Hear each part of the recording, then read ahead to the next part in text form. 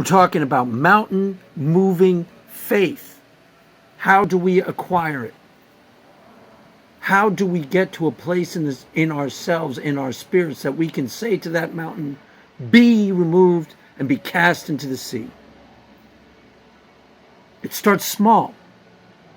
Remember, Jesus said, if you have faith the size of a grain of mustard, a mustard seed, what is that? Something you plant in the ground and it grows into something big. And Jesus has given unto each man a measure of faith. What is a measure of faith? It's a small portion, enough for you to get through. When the children of Israel were in the wilderness, they were given manna.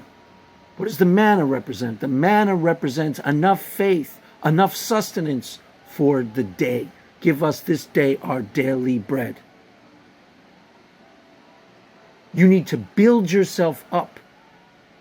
God is faithful and God provides for you this day your daily bread. But you want to go deeper. You want to develop mountain moving faith. And we're talking about the steps to acquiring that.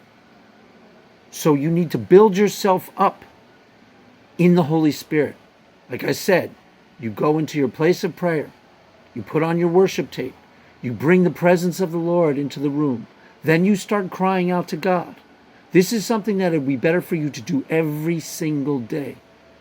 Every single day. A lot of Christians don't cultivate this type of close relationship with God.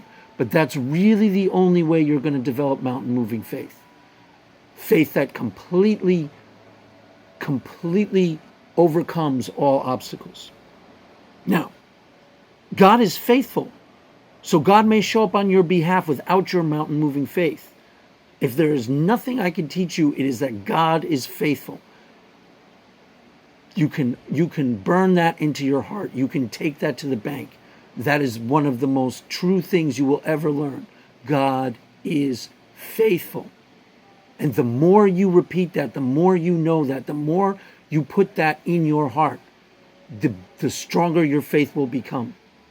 So now you're in your place of prayer and you have your worship tape and you start to cry out to the Lord. You start to cry out for him for what you want to receive.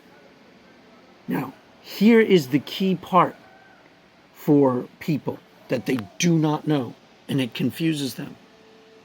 God is faithful, but God does not usually answer your entire. He doesn't give you exactly what you want and exactly what you need when you start connecting with him. That is only the beginning of the process. He will give you what you need, but you might not get your answer. So you have to believe for what you are able to believe for. What does that mean? That means in